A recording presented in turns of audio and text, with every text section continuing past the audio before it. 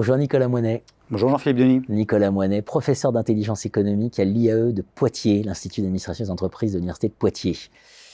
Comment gagner? Point d'interrogation. Dans la guerre économique. Dans la guerre économique. Édition Nouveau Monde, ouvrage que vous avez coordonné avec Christian Arbulot et Arnaud Demorny. Je vous avais déjà reçu pour Qui est l'ennemi? Donc une pensée, une école française de l'intelligence économique. Comment gagner? Est-ce qu'on a des exemples de victoires? Alors, pour nous donner un peu de... Oui, on a des exemples de victoires. Alors, je ne vais pas citer tous les exemples du livre, parce qu'il y a une quinzaine d'articles, mais je vais vous en citer 3. D'abord, les formations à l'intelligence économique. Vous savez, quand moi j'ai commencé en 93, j'ai dit à mes parents que j'allais faire de l'intelligence économique. Ils m'ont dit, ah bon, c'est quoi? Personne ne travaille dans le domaine. Ouais. Aujourd'hui, si vous tapez intelligence économique, tout le monde peut le faire en mots-clés sur LinkedIn, en cherchant personne, vous avez 22 000 résultats. Des personnes qui mettent sur leur CV, au moins sur leur CV LinkedIn, intelligence économique. Ça, c'est une première réussite, parce qu'il fallait former des combattants. Ensuite, très bon article d'Arnaud Demorny dans cet opus, qui est le marché privé de l'information. C'est très peu connu, mais la France a réussi à créer un marché privé de l'information avec des entreprises très importantes. Citons la première, parce que c'est la plus importante aujourd'hui, la DIT, avec 150 millions de chiffre d'affaires, 700 personnes.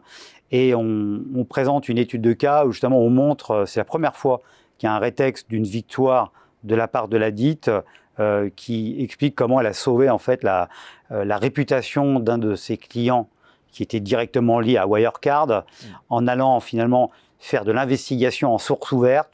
Voilà, c'est expliqué très précisément, et qui a permis de dire à son client de se retirer le plus vite possible avant que l'affaire ne soit définitivement close.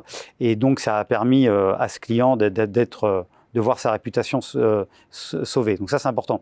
Et puis, il faut citer, parce que là aussi, on fait donc un entretien avec le général Buquet, qui actuellement est le responsable de la sûreté du groupe Sanofi, mais qui a été directeur de la DRSD. Alors, la DRSD, tout le monde ne connaît pas, c'est la Direction du renseignement de la sécurité de défense. C'est un service du ministère des Armées qui, en fait, protège les entreprises françaises de la BITD, donc de la base industrielle technologique de défense, de 4000 entreprises.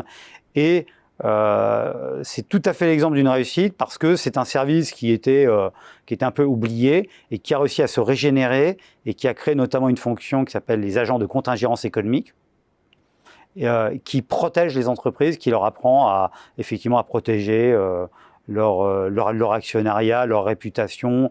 Bien entendu, à se protéger contre l'espionnage, qui est très important, et notamment le cyberespionnage. Donc là, on a des réussites françaises. Voilà, on peut se féliciter. Alors, c'est pas encore, on n'a pas gagné la guerre. De toute façon, personne ne gagne jamais la guerre économique. C'est une guerre permanente, globale, mais au moins, il y a eu des avancées significatives. Il faut maintenant aller plus loin, notamment dans l'offensive et dans l'influence, qui reste le parent pauvre, en fait, aujourd'hui de la guerre économique et de la réflexion stratégique française. Alors même que c'est dans toutes les têtes, la question de l'influence. Tout à fait. Comment gagner? Édition Nouveau Monde. Merci Nicolas Moinet. Merci Jean-Philippe Denis.